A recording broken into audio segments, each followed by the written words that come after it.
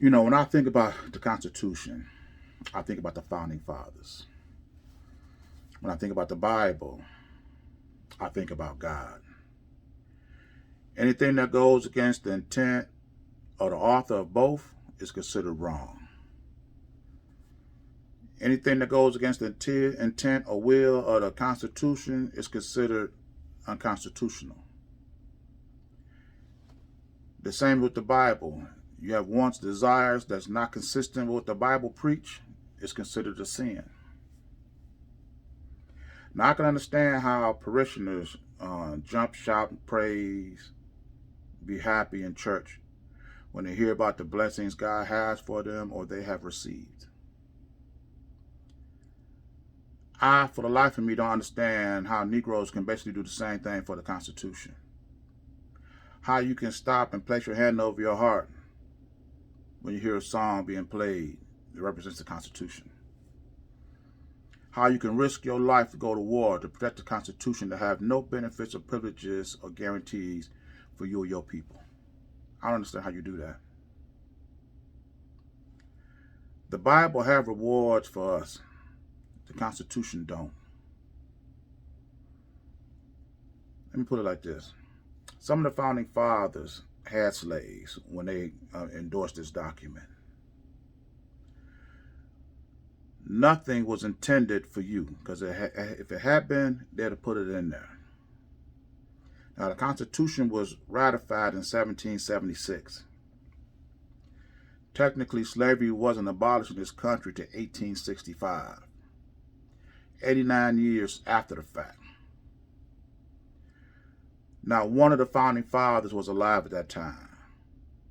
So any reason that you have to jump, shout, praise, risk your life, defend, died when the founding fathers died, because black prosperity it can be considered unconstitutional.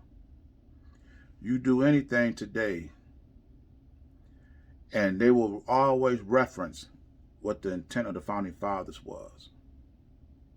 And if it wasn't consistent to what somebody that was alive 200 years ago, today, they'll fight it. And that's including your prosperity. None of these privileges that America has intended for black people can come through ownership and control. We don't own anything. There is no provisions that even say that's why we have to change this.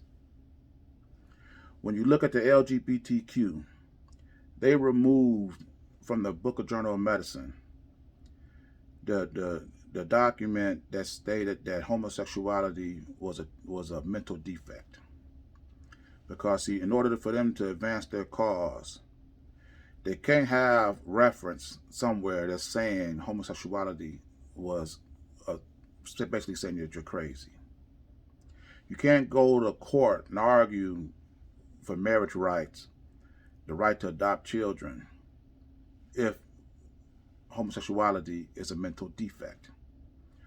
Once they remove this, now they can advance their cause, and you can see how much they didn't advance so far. You wouldn't follow the Bible even if it was God influenced, if there wasn't something in it for you. I don't care if I sat there and watched Jesus Christ, God, whoever, write this Bible himself. If he couldn't show me how I was going to benefit from these teachings, from following these laws, then what's my motivation? What's my motivation to deny myself all these carnal sins, these carnal pleasures, if I can't benefit or receive eternal life, perfect health, the return of my deceased loved ones, to be with them again? What is the purpose of me following this thing if I can't receive the benefits from it? But white people do this all the time. They will jump up and down and shout in church right next to black people. Why? Because they're receiving their heaven right now. And while they jumping up and down with you, they're watching you to make sure you don't receive yours. Black people need to put passed in the Constitution that make our success, our prosperity, our longevity binding. We can't make amendments to the Bible, but we can to the Constitution. Black ownership, control, authority, self-determination, these must be constitutionally consistent, protected, and defended. If the LGBTQ can change laws that allow them to marry and make their marriage equal to heterosexuals, change laws to make it so that they can adopt children,